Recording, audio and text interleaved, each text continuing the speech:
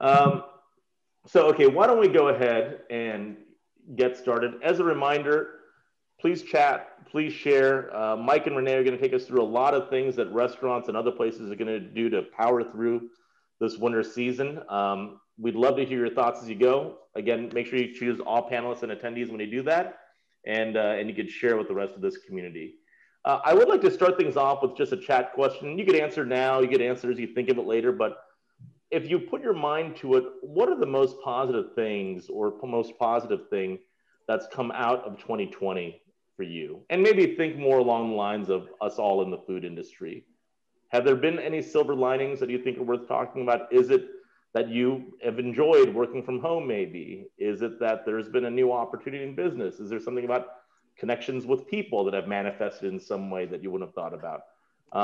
But think about what are some of those silver linings, and let's share, and let's see if we can spin some positivity into this year. So please share. As a reminder, normally we would have a webinar in 2 weeks. We will not have a webinar in 2 weeks because no one wants to watch a webinar on Christmas Eve. So we will not be doing that. Unfortunately, we do not know how to make Zoom remove that particular thing from your calendar. So it's probably going to be on your calendar. Just ignore it. Ignore the one on December 24th. No one's going to be here. You're going to be staring at a blank screen in utter frustration. So please do not come.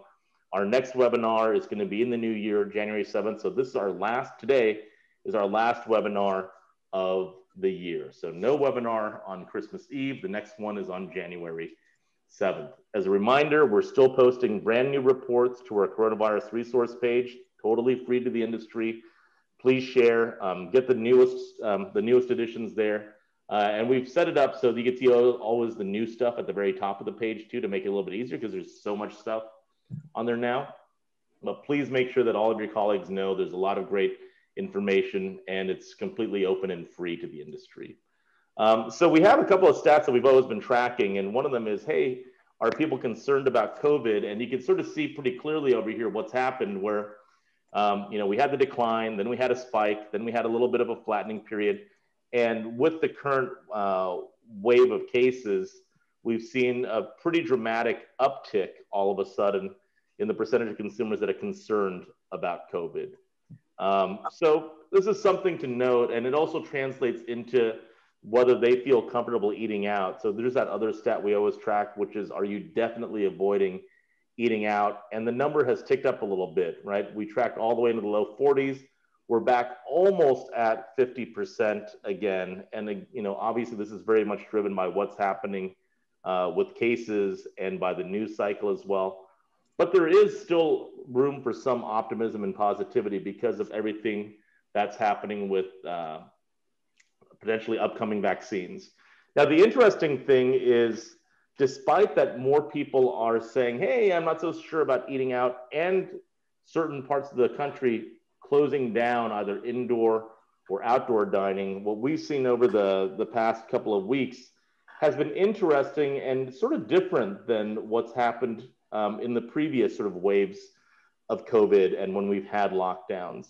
This time we're starting to see restaurants, perhaps en masse, either finding ways around a lockdown or saying, hey, we're just not going to do it, right? So I think many of you have probably seen this viral video that's been viewed, I don't know, 10 million times already. The restaurant owner in LA saying, hey, how are you shutting me down after I spent $80,000 to build this outdoor patio and have built all this distancing measures in place? How are you shutting me down outdoors and allowing this movie production set 50 feet away from me to feed their employees in something that is really no different than my outdoor patio? You've had a number of places recently, again, mostly coming from California, but also other parts of the country, saying, hey, you know what? I'm just going to not follow the lockdown order. I'm just going to keep operating. And some customers are showing up over there. And this does span multiple states, although I think California is sort of the headline to it. You've also had people like the sheriff from Riverside County saying, you know what? Despite the fact that there is a statewide order, we're just not going to enforce it. So if some restaurant happens to be open, we're probably not going to do very much about that. So this is, I think, a new wrinkle, right? I mean, in the past, we've seen people say, oh, we don't want to be locked down, but we're going to do it. Now, all of a sudden, you see people saying, you know what, I'm just not going to do it at all. And I think the California Restaurant Association sued the LA County over their outdoor dining ban and actually won. I think this week a judge said LA County was unable to produce evidence showing that restricting outdoor dining would actually help things at all as far as people getting sick goes. But restaurants there still couldn't open up for outdoor dining because since then a statewide ban has been imposed. So there's quite a bit of confusion, and you actually have some businesses saying, you know what, I'm just going to do my own thing. Manhattan Beach, we talked about this earlier, Mike and Renee, is really sort of interesting where they sort of skirted this rule by saying, you know what, our patio space we're going to reclassify that as public seating and basically count it as a park, which means that we could still serve people on our patio just because of some weird rule that they're interpreting a certain way. So you're seeing different reactions this time, I would say, in the previous waves of closures. That said, there's a lot of, I think, excitement and probably a little bit of confusion too about what's going to happen as vaccines become imminent. And what we wanted to do in some of the consumer work we've been tracking is to understand, are people reading the news? Are they up to date? Do they recognize that there's been promising news about a vaccine and that there's probably something that's going to be available in the not so distant future? And the answer is largely yes. 82% of consumers are aware that there's promising vaccine developments and that there could be something available pretty soon. So that's, people are not blind to this. They're definitely following this. The more interesting stat is, would people actually take the vaccine when it becomes available? So nationwide, the answer is about 80% of consumers say they would take the vaccine. They're split though, between those that say they would take it right away as soon as possible, like, hey, give me that shot right now, versus, I want to wait a little while, make sure there's no side effects and everything's going okay. I'm going to play it safe. But collectively, 4 out of 5 people say I'm on board. What's interesting is if you take that other 20% of people that say, no, I'm not interested in doing that, and you break that out demographically, there are some patterns there that some people are more likely to say yes, and some people are more likely to say, yeah, I don't really know if I want to do that. And here's how that 20% breaks out demographically. So this is the percentage of consumers by group who says they would refuse the vaccine if it became available. You can see there's some modest peaks in the Midwest and the South, but I think what's more notable is that boomers by and large say, give me the vaccine, only 11% say I don't want to take it. Millennials and Gen Zs though are actually more likely to say, yeah, I don't really want or need the vaccine, which I thought was interesting and perhaps a little bit surprising to me. The other thing that I have absolutely no explanation for whatsoever, and I don't even want to theorize as to why, is I don't know why there's a split between men and women on this issue. I have no idea why, but it does exist. The more important number to know is nationally, the number is about 20%. 4 out of 5 people said they will take the vaccine.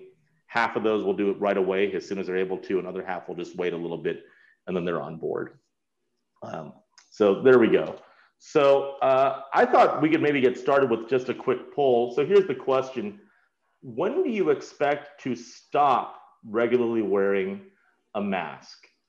Just in your life out there, when you go out, go to businesses, when do you think you will stop regularly wearing a mask? Will you still be wearing a mask in June? Will you be wearing one in October? What do you think that looks like? So without biasing the results too much, Mike, and actually getting a pretty good spread of votes, Renee as well, what do you think? What we'll do personally, or what do we think the people that are... Well, I guess, what do you think personally? Personally, I'm probably going to wear a mask like well into the future. The thing that actually kind of brought the whole pandemic like personally home early on in March was when I was on the train and somebody coughed into their hand and then they grabbed the pole right there. Like, I still have that image in my mind. Like, so I feel like even after I'm vaccinated, I'm still going to wear a mask. You'll do it even after you're vaccinated, you think? Yeah. Okay. Mm-hmm. And Renee? Yeah, I think I might agree with that, just because even if, I don't know, I could see wearing it for a while. There's a lot of, this is influencing it, but there's a lot of chat answers that are a lot later than I would have expected, actually. So yeah, so let's take a look. It's interesting. Basically, 6 people say, yeah, pretty soon. wow. Everyone else, I mean, look, 33, what's it, 56, 80% of this audience says that it's going to be at least July or later, at least Q3 or later. A quarter say it's going to go into 2022. So, Yeah, wow. So we shall see. It is interesting, right? Early on, when you started showing all the things that restaurants are doing and all these measures with curtains and separators and barriers, and it's like, oh, that's sort of weird one-off type of stuff. It's not, right? It's actually fairly common now, and it may still exist for a while, even with a vaccine being potentially imminent. So I wanted to also, Mike and Renee, give you a chance to talk about this amazing new thing that you put together with our latest issue of Food Bites, which is our 2021 trend predictions, which are available totally for free. It's a great read. There's so much cool stuff. And can you give us a 30-second preview of what everyone can expect to find? Yeah, sure, absolutely. Yeah, totally free on Snap, ready to download.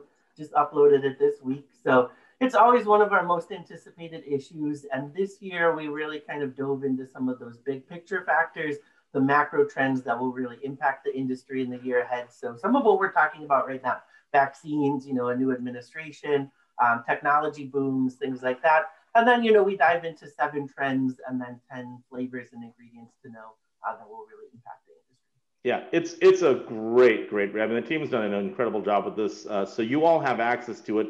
If you don't get our Food Bites newsletter already, just go to the Datassential website, click that little rainbow colored bar at the bottom, and you can sign up for the newsletter. And for most of you that are already using Snap, you could find it directly inside of Snap as well. Just go to the trend spotting page inside of Snap, and you'll see it there along with thousands of other amazing articles. And one thing that we've done too at Datassential is we put together some amazing all-you-can-eat packages of all of our content. So all the current stuff, all the historic stuff, thousands of reports and articles on every topic imaginable. If you're interested, talk to your Datassential person and they'll tell you more about it. But it is a great value, and you just have all this amazing information at your fingertips. So with that, yeah, go ahead, Renee. Sorry, I was going to say, I love the all-you-can-eat term. That's fantastic. It's not especially now we can't do it now at buffets and stuff, so you can eat all the content. So that is very true. I remember there was a time when it was all you can eat, and then people said, no, it's really all you care to eat. But I still always viewed it as all you can eat. Like I always go past the threshold of what I should be eating, and I feel like I have to get value, so let me just eat more. Yeah, it's all you can eat. So that's the right term. So with that, today's topic is winter is coming. We had a very depressing Game of Thrones Night King ominous picture before, but we thought the snowman was a little bit more cheery.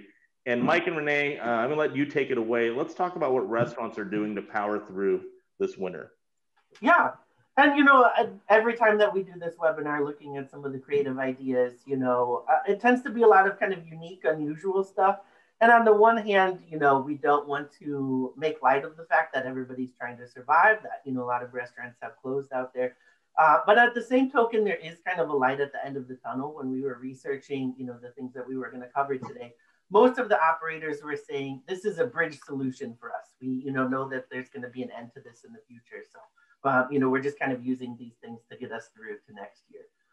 There's a lot of pop-up. I mean, if the summer was about outdoor dining, the winter is definitely about greenhouses and yurts and kind of all these little pop-up tent ideas.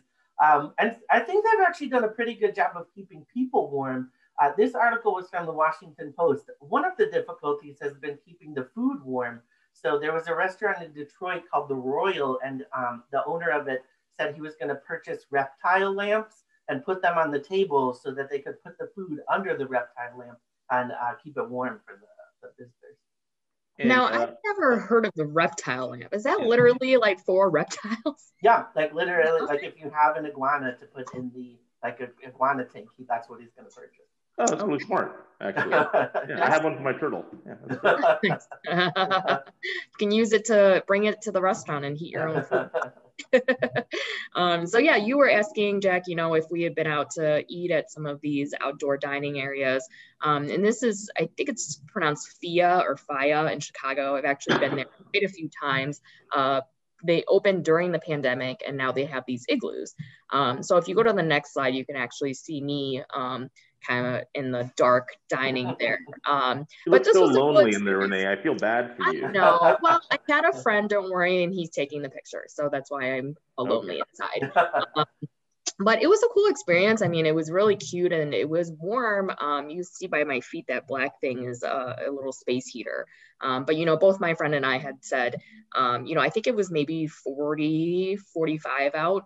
So it wasn't particularly cold. It was very nice and cozy with the heater, but I could see, I mean, a little bit of snow or, you know, colder weather. And I don't think the igloo would. Would you say that's a comfortable way to dine, or did you still feel generally cold? And I actually wasn't cold in there. Even though you're unzipping when the server comes up to you and, you know, gives you food, obviously you need to unzip. No, I was actually really comfortable then, but again, it wasn't particularly cold out. Yeah. But I thought that those are cool. We do have a lot of examples of igloos. This one is in Boston on a pier, which is nice because the owner was saying, you know, they have these igloos and you can at least dine and have the water view too. And I thought what was interesting with this is, you know, the owner had said that she wasn't quite sure if the investment was going to be worth it. I think a lot of the igloos are now more expensive too, since everyone's kind of wanting them. But this is yeah, just like we saw with hand sanitizer and whatnot. But the cool thing is, I mean, these were actually really big in 2018, which I kind of was surprised. I saw these about, you know, dining in an igloo for thousands of dollars for the Super Bowl. And so this is the type of thing, you know, she said, if they're a big hit, they could use it next year. So even, you know, after everything is more normal, you could still use these. So. It's not that crazy of a thing. I mean, even if it costs some money to amortize that across all the different, you know, dining trips that you'd have turns you'd have at the table, it becomes worth it pretty quickly, I think. Yeah, I think so too.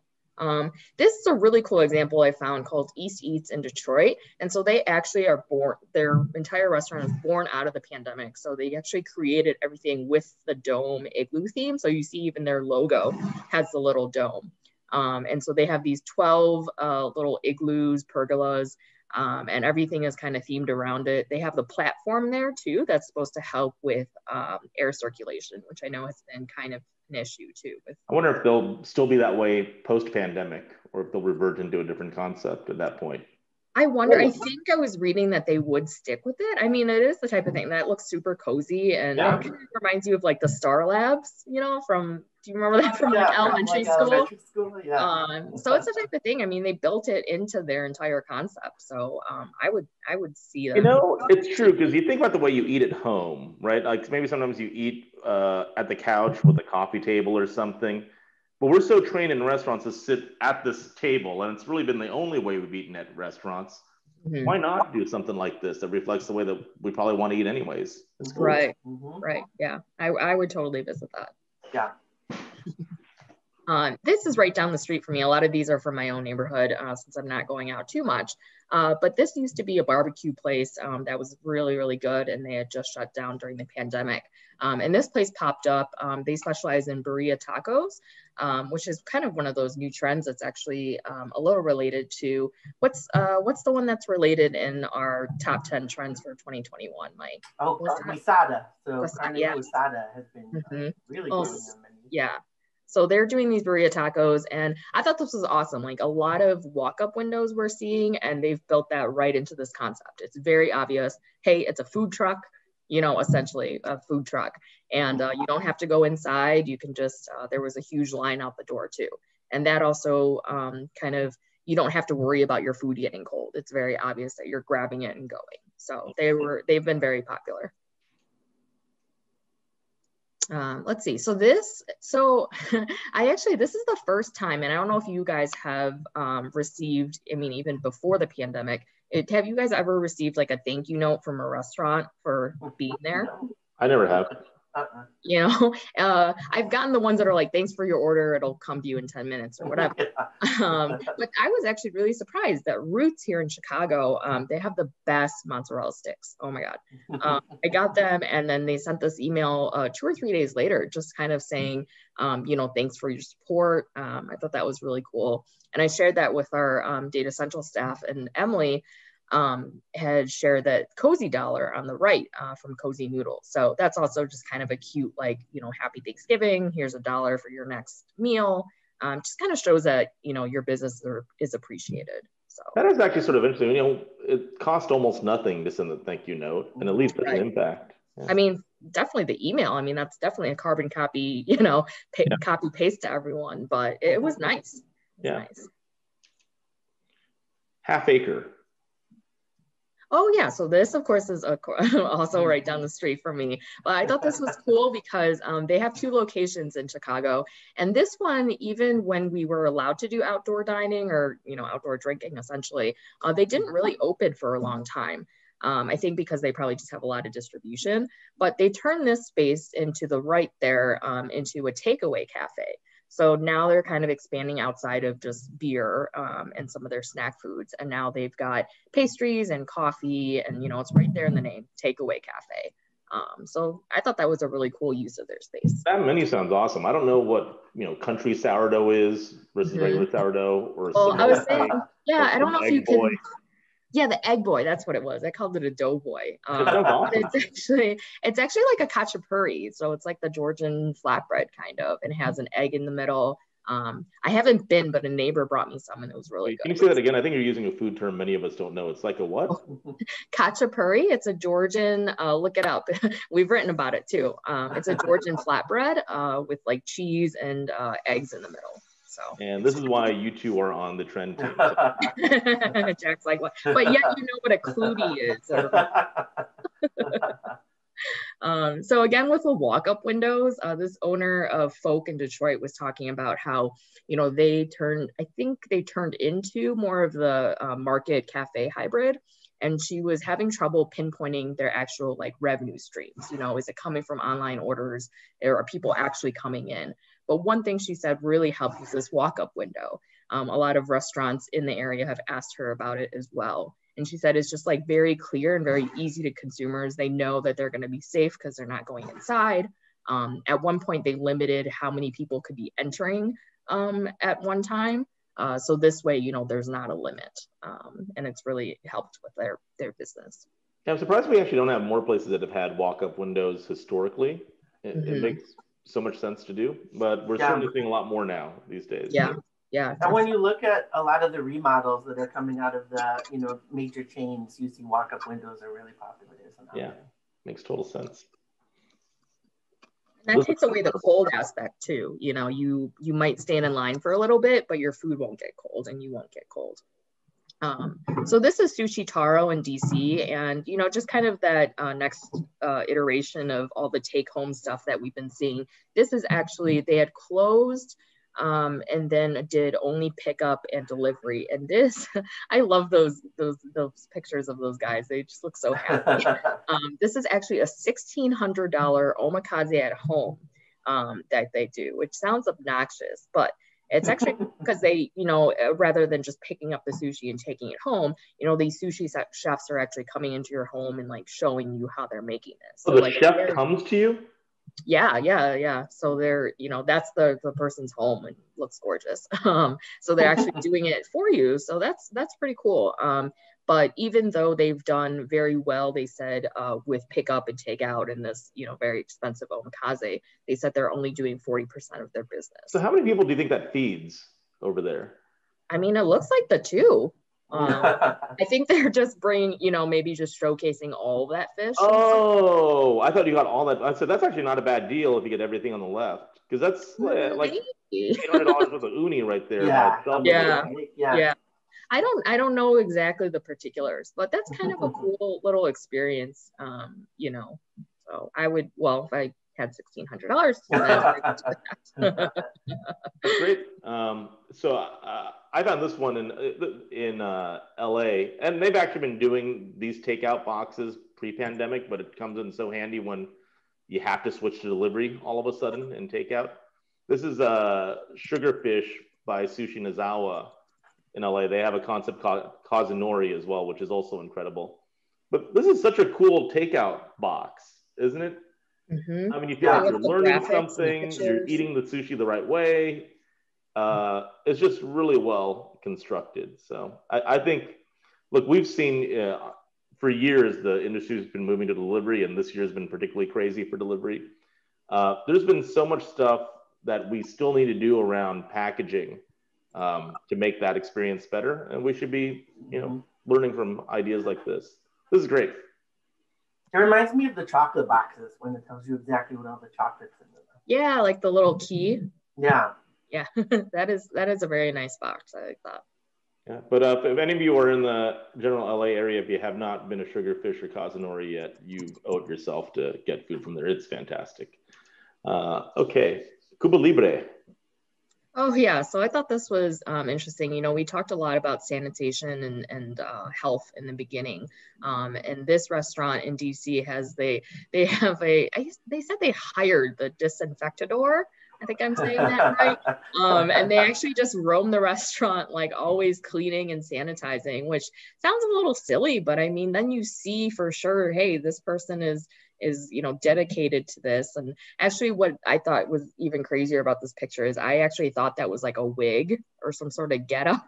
like there was like a whole persona or something, but I think it's just very red hair. So is this actually a dedicated person, or is it the person that's making the food in the kitchen, puts on the jacket for 5 minutes every hour? I mean, it said they actually hired the disinfectator or whatever. And I don't know that you would find a job listing for that or have that. Well, it's good. I mean, look, we said in that first week that it's all about overt sanitation and being visible and over the top. And this works and it fits the brand. It feels a little tongue in cheek a little bit, but it's great. Yeah. Yeah. That was funny. What is this? Oh, I love this one. I know this is like your first, if you're going to travel, Mike, you're going to go to this village. Totally. So this is a place called Hook Hall, and they always had this like indoor, outdoor, almost entertainment thing. And now for the winter, they have this Viking village. So for I think $125, you can rent out the little Viking hut, and it comes with Viking themed food and drinks and champagne. You can have the door open or closed. I don't know, it seems very cool. And especially, before in previous webinars, we talked about the little putting greens and summery stuff. So this is now fitting into doing something that's very fitting for the winter. That's pretty reasonable too. $125. Yeah, not bad. Thing. Yeah. I mean, I don't know if it includes all the foods and drinks. Yeah. So I think too, like so much of this after the pandemic is over. I mean, we saw this happening before COVID-19 because everybody was trying to get people out of their houses and come to restaurants and not do delivery. And that's only going to become more of a factor after the pandemic is over. So I think some of this stuff should stick around if you want people to come visit you.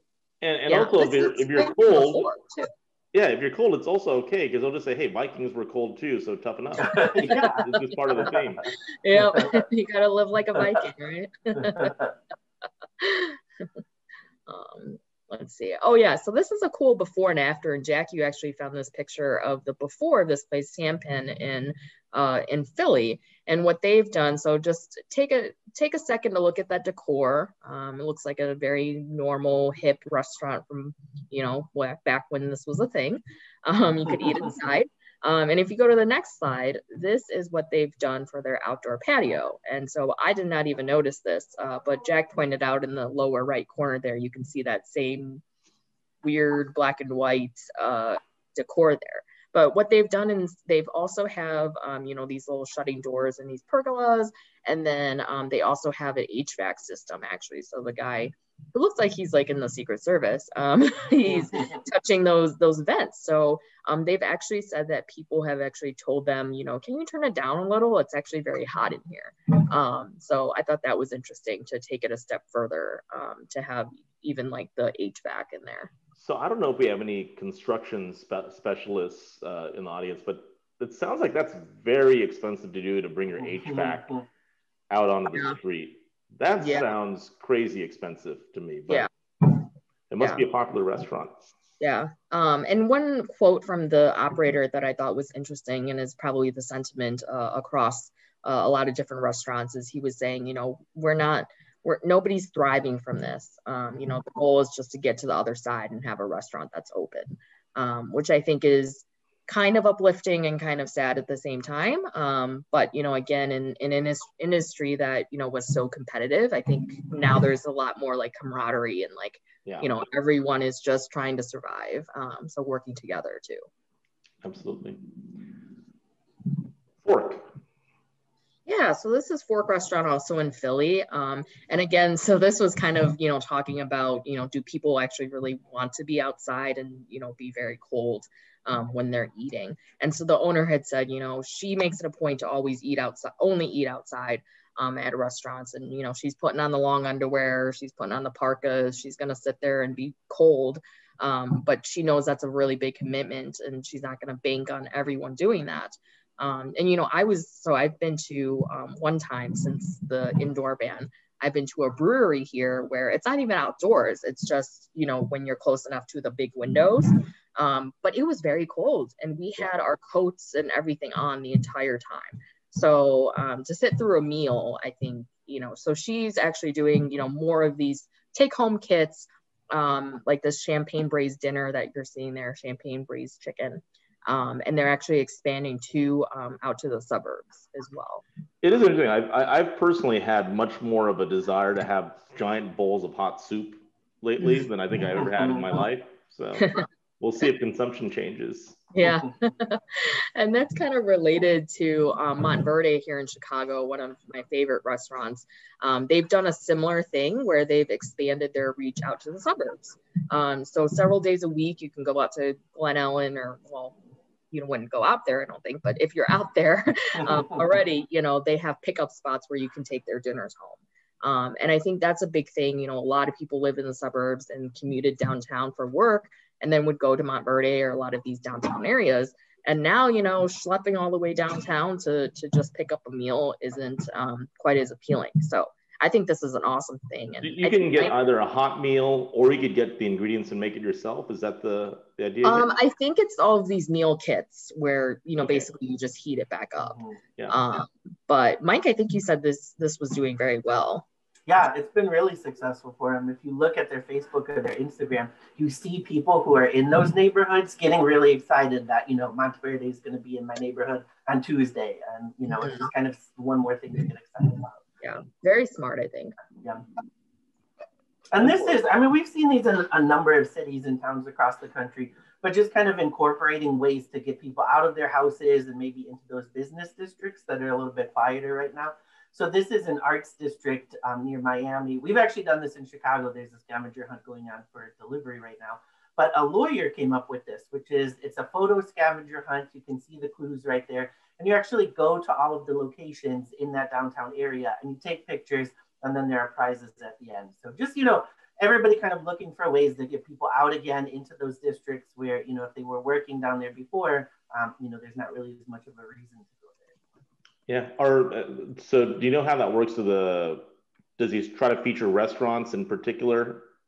Yeah, so I think it's, restaurants and businesses. I know, like the one in the picture there, it's like a crepe restaurant that you can also create art in at the same time. And I think you take a picture of like one of the murals on the wall there. Oh, cool. Yeah. And this is in my neighborhood. So this kind of gets back to what Renee was talking about. But I mean, even if you build out one of these really, really nice outdoor spaces, sometimes the difficulty is convincing consumers that, you know, when they come, that they're going to be cozy, that it's going to be warm, that they should leave their house.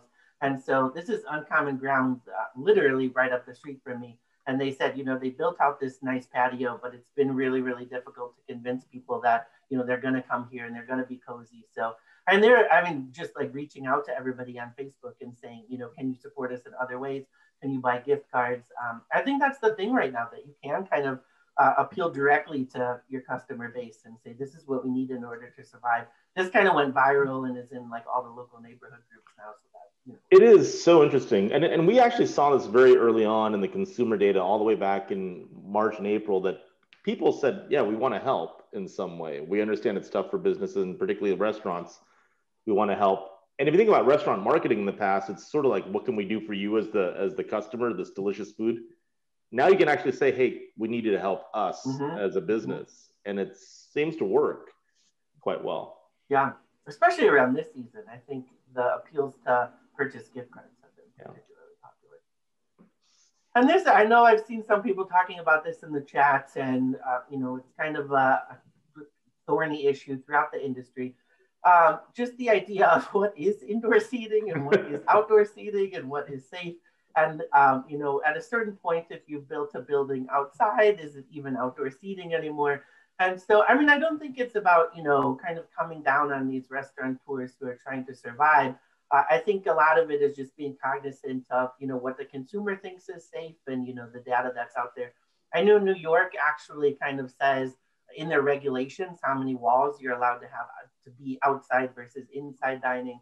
The general consensus is if you have 4 walls and a roof, that it's now indoor dining. So is this really a place that was being constructed for a restaurant on the right? Yeah, the one on the right, I believe is in New York, yeah. I mean, that is some commitment right there. That's a building for sure. Yeah.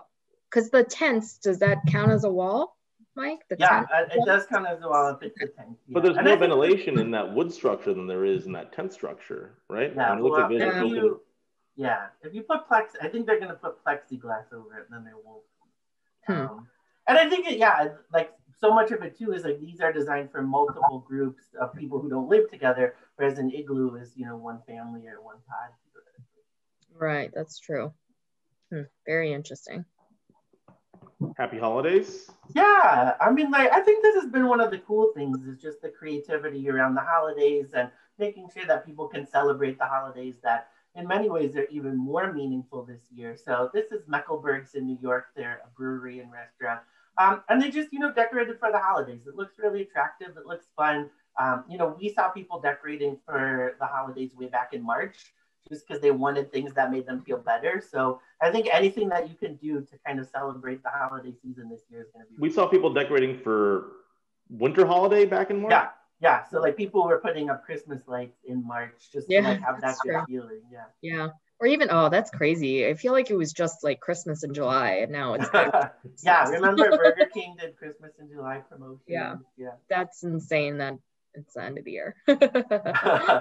And then this is Rasselbach. This is a restaurant in Long Beach, and they had been doing outdoor dining. You know, it was semi-successful. They certainly weren't doing the business that they used to be doing.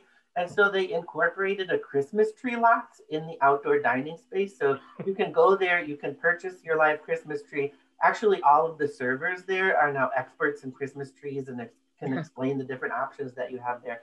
And not only has it done really, really well for them, but they said the number of people who are coming and then also purchasing food or also purchasing beer has really helped them as well. I actually think Christmas trees are super profitable. At least that's my anecdote. Yeah. I met a guy who I think lived in this big mansion. And I said, what do you do for a living? And he says, oh, I sell Christmas trees near Christmas time.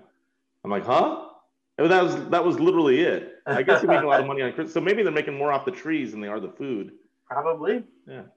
I could see that. I had that idea for a place that we go to. I'm like, put some dining in there, dine around the Christmas trees. And then I mean, this is pretty similar to like the Viking huts, but I think some of the cool ones are the ones that really double down on their location or the theme of the restaurant.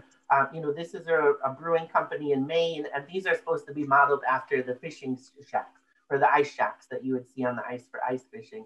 And again, they just look really cool. They look cozy. They've been so popular that they have moved to a reservation system because everyone wants to get into them. And so what, I guess this looks really like indoor dining to me. Well, yeah. Or it's just that it's distanced. So yeah, but each of these, like the igloos, are for one family or for one pot. Yeah.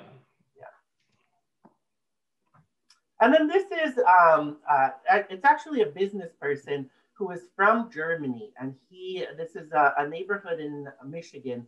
And he had come up with this idea of creating a downtown area that was kind of modeled after the Christkindl markets of Germany. And so these are heated huts that you can actually rent out if you're a local restaurant. It takes over the downtown, you know, gives people an outdoor seating option. I think it's an absolutely phenomenal idea. I mean, it reminds me of the Chris Kindle Market that we did here in Chicago. I mean, anything that you can do that, you know, people already kind of consider to be a safe outdoor dining experience, even if we're not in COVID. I think it's, you know, just less marketing that you have to do to even get them to come out. Yeah, that's on. So what is that thing they drink? Is it Ludovine? What's that hot wine thing? Oh, Glühwein. Yeah, Glühwein. I love that stuff. Yeah. Yeah. Pretty cool. Okay. This is, I mean, just kind of like a funny little one, but in New York, you know, I mean, this is a dry cleaner, but they were saying, you know, you can spend $30,000 on an igloo and, you know, all of these outdoor HVAC systems. But one of the simplest things you could do is you could come to them and just rent blankets from them. And they actually bring you enough blankets so every individual diner has their own blanket. And then you put it aside when they used it and they clean it every single day. So there's not multiple people touching the blanket. Dude, that is cool because the blankets seem awesome, but then I get scared like it's an airline blanket. Like, you know, is this actually clean? So that is blanket, yeah. There's actually something cool about just having a blanket on you, that comfort that it gives you. Yeah. I mean, yeah, when you think of like European countries in the winter and like people bundled up and eating outside and drinking beer, like I don't like that's cool. I think that, you know, if we can recreate that in the States, I think people will enjoy it whether we're in a pandemic or not. Yeah, I was at an iPic movie theater, and I guess their thing is that, you know, you can get a blanket when you watch in one of those really comfortable seats, and because of the pandemic, you now have to buy the blanket to keep. But they made it really affordable. It was $15 for a pretty nice blanket. Actually, and even though it wasn't cold, there's something just really nice about having as Renee is proving literally as we speak right now. So, it's a good out. I love my blanket. It's a casual webinar, right? It's a casual webinar, yes. And yeah, so speaking of blankets, this is Eris Brewery and Cider House in Chicago, and shout out to Claire who found this for us. They have these Mylar, I think that's what you call it, those like foil space blankets.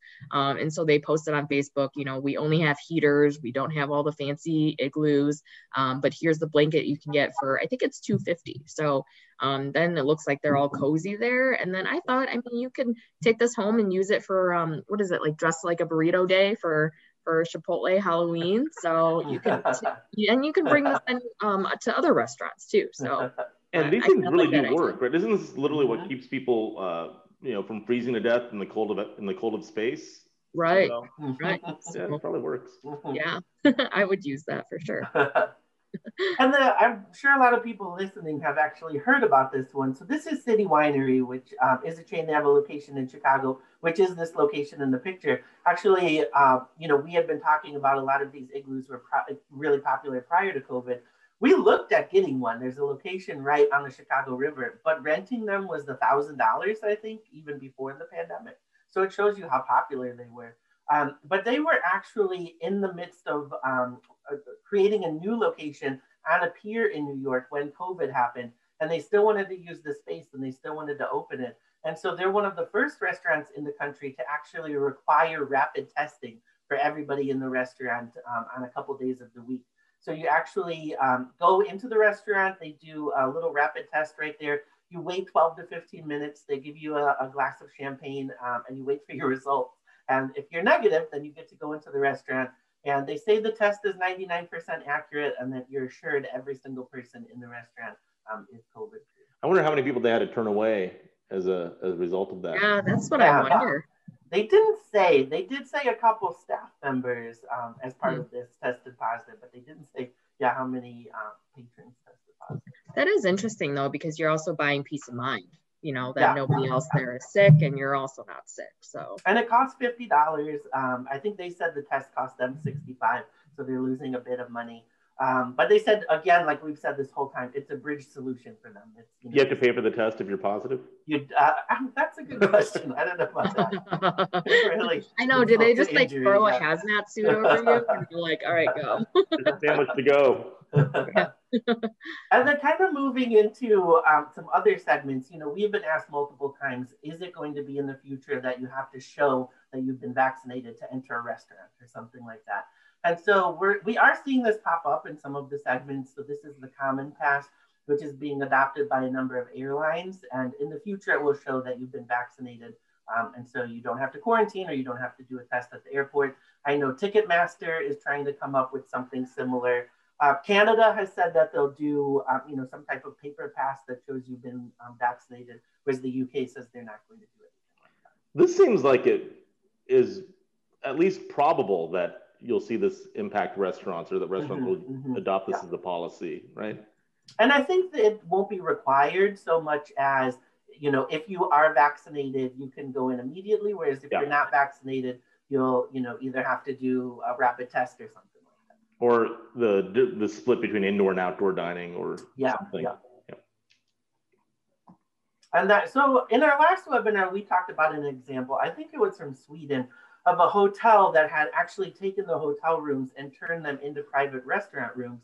And we love this idea, and it actually came to the States in the meantime. So this is the White Hotel in New York, and they have a restaurant called Le Crocodile. And so you can eat outside the restaurant on their outdoor patio, or for $100 a person, you can rent one of the rooms in the hotel and have a private dining experience. They did it. They said it was really popular for Thanksgiving, so they're going to recreate it for Christmas and New Year's again. Look, I think for a special meal, this is actually a bargain. Yeah, to do. It makes total sense. It's just like an igloo, but like a pre-existing heated one. This is much nicer than an igloo. Yeah. Yeah, that looks fantastic. And then we did want to pull some examples just from schools. I think the work that K through 12 has been doing is just phenomenal. The way that they've had, I know we're tired of the word pivot, but pivot, I mean, we were just talking to somebody recently that on Monday they were in school, on Tuesday they were doing virtual learning, and on Wednesday they had to figure out how to do delivery again. So the things that K through 12 has been doing are phenomenal. This is a great example. This is Linda Tutt High School out of Texas. They actually partnered with Albertsons to create this student-run grocery store. They said over 40% of their student population is impoverished to some degree, and over 3% is actually homeless. So that they had created this grocery store. You get some credit to go shopping at the grocery store once a month, but then you can actually get additional credits by doing good deeds in the school. So just kind of a cool concept. Yes, it's not a bad looking store either. It's great. Yeah, and it's totally student run. The managers are students.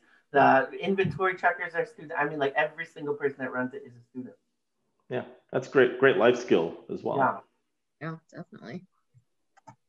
And then, this was my holy grail. So I love this example, and I couldn't find it again. And finally, I found it. It was covered in food management, which has been doing a great job of covering K through 12 and a lot of the segments. But so this is this Houston school system, and they had purchased $30,000 worth of pizzas, and then the pandemic happened. So they weren't sure what they were going to do. Are we going to lose 30 grand? And they actually, everybody wanted pizza early on in the pandemic. So they did this community pizza pickup night, and it became so popular that they made $125,000 on it. So what was going to be a $30K loss became a $125,000 success. And not only was it successful from, a monetary standpoint, but it also showed the community that, we have really good food that we're serving. This pizza is of equal quality to the pizza that you get at local restaurants. And they said the community just really kind of supports their school system even more after this. So they bought $30,000 of ingredients to make pizza, and then they made the pizzas and sold them. Okay. Yep. Yeah. Are they still doing it? Do you know? I don't know, actually. I would with a success like that, you would think. Yeah. Yeah, I think the challenge for consumers is, who do you want to support? Because there's so many places that are worth supporting. You support the school, you support the restaurants that need help as well. But the willingness is certainly there. Yeah. Spin a little wheel. Yeah, really. See where it lands. And then moving to the C&U segment, this is Bates College out of Maine. And so they had moved to a completely takeaway system. You can't eat in any of their cafeterias right now. Everything is to go. And the thing that they learned from that is, when everything is to go, students end up purchasing more and stocking it away in their room and not coming down to eat as often, which I'm sure is also, part and parcel of the whole pandemic. But it really was, they called it the chicken nugget index, because they found that students were eating or purchasing crazy amounts of chicken nuggets at once so that they could stock it away in their room. So they actually had to purchase chicken nuggets like on a wider scale so that people could take it to their rooms and stock it away. The other kind of weird, interesting thing about this was that, I guess, the chocolate milk, I don't know if this is a C&U thing in general or just with their student population, is very popular with them, but they were finding it difficult in the pandemic to purchase pre-made chocolate milk. So they put milk and chocolate sauce out in the cafeteria for the students to make it themselves.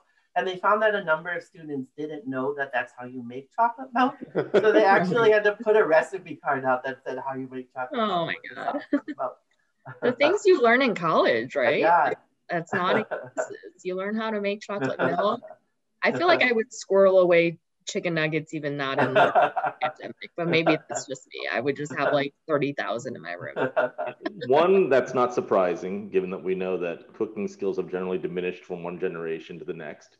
Two, for those people that just learned how to make chocolate milk, they probably made it into some sort of an Instagram moment at the same time too. Yeah, that's true. Look what I just made. A TikTok that's like, oh my God. Oh, and we got one last one. Yep. Kansas City Public Schools. Oh yeah, so this I read about a few instances where schools have used their school buses to deliver food to kids. So they'll do, they'll stop at 140, I think, for Kansas City Public Schools. They have 140 different stops where they're giving out the food to families. And then they also did, touchless water fountains, social distancing signage, all of that.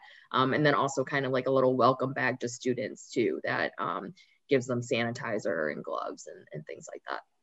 Yeah, it is interesting, despite the political divisiveness and any of the tribalism, I think there is a special sense of community that's come out of this year. And it sort of goes back to what is that first question we asked in chat, are there some positives that maybe emerged from 2020? There really is that sense. And, that whole, notion that we're all in together probably sounds a little bit cheesy because it's become so cliche, but there is a truth to it. And you do feel that. And we actually see that in the numbers when we ask consumers what they're doing and what they're thinking. Mike, Renee, I wanted to thank you for, today's session, the amazing work that went into the food bites and all the other great stuff that you've done over time. I wanted to also just say thank you to all of you that are part of the audience right now, and not even audience is not the right word, community that we built through these webinars and just working with all of you yourselves and your companies for the last 9 months. This is our last webinar session for the year, but we will have some more starting up in 2021. It sounds crazy to say that we're almost there, but I feel like, I don't know, this may be a cheesy picture, whatever, supposed to symbolize some sense of, hey, we're together, we're loyal. But I think it does sort of sum it up pretty well. There are many ways that you could be spending your Thursdays or previously your Fridays. We're going to the holidays. Thousands of you have decided to spend it with us every couple of weeks, or even earlier, it was every week. We really wanted to thank you for that. We also wanted to thank you all for being so incredibly open in the chat channel.